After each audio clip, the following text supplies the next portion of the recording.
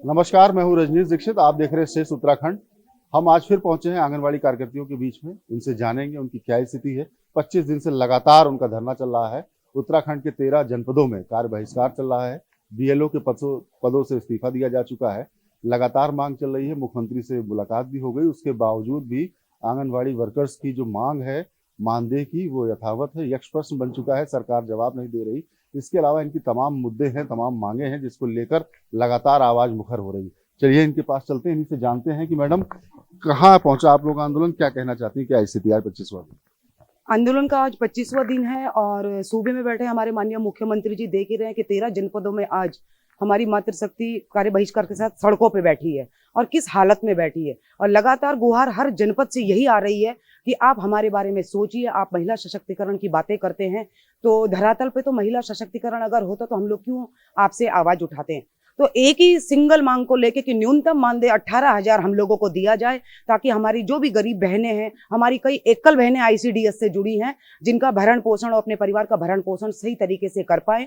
इसी मानदेय को लेकर बार बार सरकारों से हम लड़ रहे हैं, भिड़ रहे हैं, अभी निवेदन ही कर रहे हैं। बड़े शांतिपूर्वक तरीके से हमने सरकारों से बोला है, वार्ता हुई है, विभिन्न माध्यमों से हमारे ज्ञापन भी गए हैं। और जब आज 25 दिन धरने पे बैठने के बावजूद हमारी बातों को नहीं सुना गया, तो माननीय प्रदेश अध्यक्ष जी रेखा नेगी जी के नेतृत्व में आज हम मीडिया के माध्यम से भी शासन, प्रशासन और सरकारों तक अपनी आवाज पहुंचाना चाहते हैं कि आचार संहिता से पहले अभी भी हमें भरोसा है कि मुखिया जी हमारी मांगों पे मुहर लगाएंगे, हमारी बातों को सुनेंगे, ताकि हम धन्यवाद के साथ अपनी बहनों को काम पे लौटाएं। हम भी नहीं चाहते कि किसी काम में व्यवधान हो, लेकिन हाँ, ये बात हम जरूर बोलना चाहते हैं कि आचार संहिता है, हम आचार संहिता का उल्लंघन नहीं करते। माननीय न्यायालय के अगेंस्ट भी हम नहीं जाएंगे। यदि हमारी मांगों पर अमल नहीं किया गया तो जैसे ही आचार संहिता खत्म होगी, हम पुनः कार्य बहिष्कार पे बड़े आक्रोश के साथ लौटेंगे। कुल मिलाकर इन कहने का मतलब ये है कि अगर मांग नहीं मानी जाती है तो भी इन लोगों का आंदोलन जारी रहेगा। और खास बात ये, आचार संहिता लगते ही कुछ समय के लिए लोग अपने काम पे वापस लौटेंगे, फिर दोबारा धरना स्टार्ट करेंगे। आप क्या कहना चाहती हैं? मेरा ये कहना है कि हम 5 तारीख से संघर्षरत हैं। संगठन में 13 जनपदों में सभी लोग धरने पे बैठे हुए हैं और एक ही मांग को लेके बैठे हुए हैं कि हमारा मानदेय बढ़ाया जाए, क्योंकि हम एकल पेरेंट्स हैं और जिम्मेदारियां बहुत हैं, समाज की भी हैं, परिवार की भी हैं, बच्चों की भी है, तमाम जिम्मेदारियां हमारे ऊपर हैं। लेकिन मैं इतना भी कहना चाहूँगी कि हमारा डेलीगेशन माननीय मुख्यमंत्री जी से मिला और हमारे और सरकार के बीच का जो मध्यस्थता हमारे विभाग ने किया, वो सब कुछ पॉइंट्स में सकारात्मक तो हुआ है, लेकिन अगर वो अभी हम लोग उससे मतलब सेटिस्फाइड नहीं है। अभी आप सेटिस्फाइड नहीं है? प्रदेश फिर भी मैं ये कहना चाहूँगी कि आदर्श आचार संहिता का उल्लंघन हम नहीं करेंगे। बहनें हैं, क्योंकि हम मर्यादा में रहना चाहते हैं, लेकिन अगर नहीं बातें मानी जाती हैं तो आक्रोशित हैं बहनें। अभी हमने बीएलओ का बहिष्कार किया है। हम आंगनबाड़ियों समस्त 13 जनपद की 35,000 बहनें हम सामूहिक इस्तीफा दे देंगे। 35,000 बड़ी संख्या है। हमारे साथ प्रदेश अध्यक्ष रेखा नेगी भी। हम इनसे एक चीज जानना चाहते हैं कि आप लोगों ने जब मुख्यमंत्री जी से वार्ता की तो क्या आश्वासन मिला था और अब कहाँ तक पहुंचा आश्वासन और क्या स्थिति है? देखिए, माननीय मुख्य हमारे विभाग के अधिकारियों के साथ जो वार्ता हुई थी, उसमें हमने विभाग के अधिकारियों को मुख्यमंत्री जी ने बोला था कि इनका कार्यविधि बनाइए, जो भी इनका मांग पत्र देखिए। लेकिन हमारे जब हम विभाग के पास गए, विभाग ने हमें कागज पकड़ा के हमारी मांगों से जो रिलेटिव था, तो उसको हमें पकड़ा है कि ये कार्य बना दिए और ये हमने माननीय मुख्यमंत्री को भेज दिया है। तो उसमें एक बार सूचना आई कि कार्य समिति बना दी गई है। तो कार्य समिति बनाई होगी तो उसका अध्यक्ष भी तो होगा, सचिव होगा, कोषाध्यक्ष होगा। कौन बनाया है, कौन उसका कार्य समिति का अध्यक्ष, किससे मिलूं मैं, मॉनिटरिंग कौन कर रहा है उसका अध्यक्ष, जिससे मैं जाके मिलूं, बात करूं कहाँ तक फाइल पहुंची, उसका कहीं खुलासा केवल कागजों में बन गई है, हकीकत में पता नहीं है कौन है। कुल मिलाकर आप लोगों को झुंझुना पकड़ाने वाली स्थिति बन गई है और यथार्थ के धरातल पे कुछ नहीं नजर आता, यही कहना चाहती हूँ। हाँ, हम अपने संगठन के माध्यम से ये बात कहना चाहते हैं कि हमारी मांग केवल मानदेय बढ़ोतरी की है। हम इतने कम मानदेय में हमारा कार्य करना बहुत मुश्किल है, क्योंकि जो हमारी बहनें हैं, जो यहाँ पे वरीयता दी जाती है, वो आपको पता है कि विधवा और परित्यज्यता को पहले वरीयता दी जाती है, तो उनका इस मानदेय में भरण पोषण होना बहुत मुश्किल है। और ये सरकार जो है, ये महिलाओं के हित में है, हमें पता है। और हमारी जो संगठन के थ्रू उनसे वार्ता हुई है माननीय मुख्यमंत्री जी से, हमें पता है वो महिलाओं को निराश नहीं करेंगे और हमारी पूरी उम्मीद है कि आज के कैबिनेट में वो हमारे लिए कुछ ना कुछ बोलेंगे।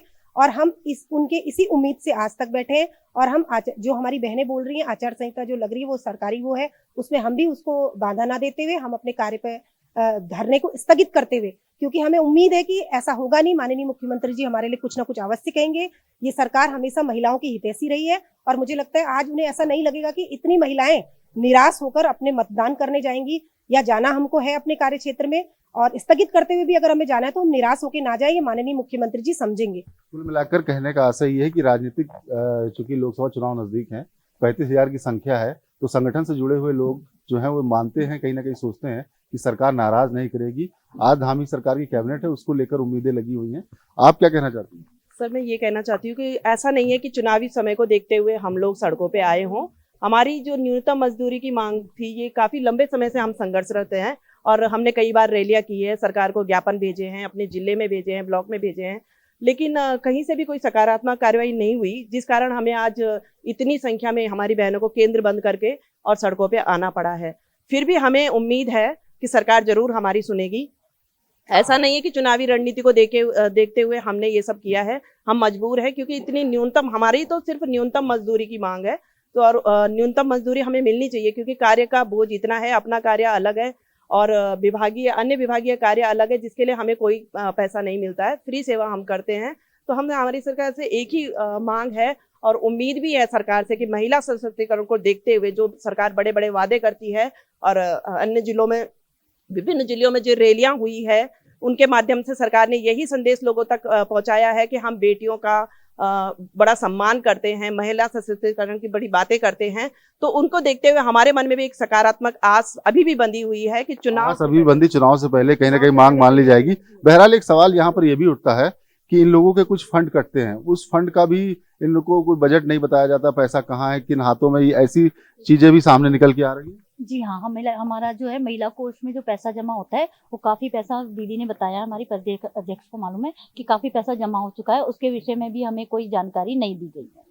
और हमारी माननीय मुख्यमंत्री जी से यही हाथ जोड़कर विनती है कि अभी नवरात्रे आ रहे हैं और नवरात्रों में आप हमें शायद हमारे को कोई अच्छी खुशखबरी दें, हम यही अभिलाषा करते हैं आपसे, बस इतना ही कहना चाहते हैं। तो देखा, जैसा कि आपने अभिलाषा है, आशा है इस पर सरकार से, धामी जी से, कि कहीं ना कहीं उनकी बात मान ली जाए। अभी भी 18,000 का यक्ष प्रश्न, सरकार बिल्कुल उसी पर कुछ मौन है, क्या कहती है? यही है, हम तो यही चाहते हैं कि कुछ तो फैसला लें वो हम महिलाओं के हित में, कि भाई इतने दिन हो गए, हम 5 तारीख से लगातार धरने पे बैठे हैं, हमारी वो कुछ नहीं सुन रहे, कुछ तो बोल दें ताकि हम भी मतलब अपने इज्जत से उठ सकें। और क्या बोलते हैं, इतनी महिलाएं उन पे विश्वास करके बैठी हैं, हम तो आशा करते हैं, कामना करते हैं कि वो सुन लें इन महिलाओं की बात। जो बेटी बचाओ बेटी पढ़ाओ का नारा देती है सरकार, वो उस पर कुछ तो अमल करें कि महिलाएं कितनी परेशान है, सड़कों पे बैठी हैं 1-1.5 महीने से लगातार अपने।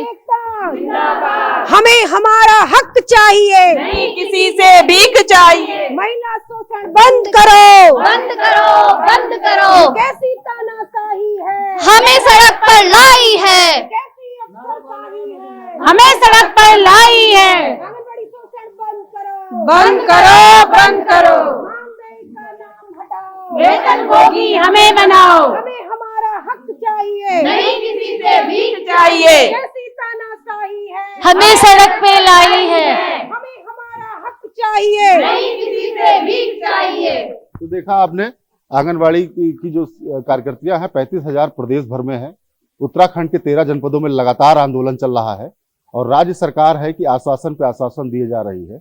इनकी मांग है और सीधी सीधी मांग है कि न्यूनतम मजदूरी इनको मिलनी चाहिए, परिवार का भरण पोषण इनका भी होना चाहिए। सरकार की जितनी भी विकास की नीतियां हैं उनका क्रियान्वयन में इनकी अहम भूमिका रहती है। उसके बावजूद भी मानदेय की इनकी मांग पे सरकार मौन है, इसका जवाब चाहती है आंगनबाड़ी कार्यकर्ती।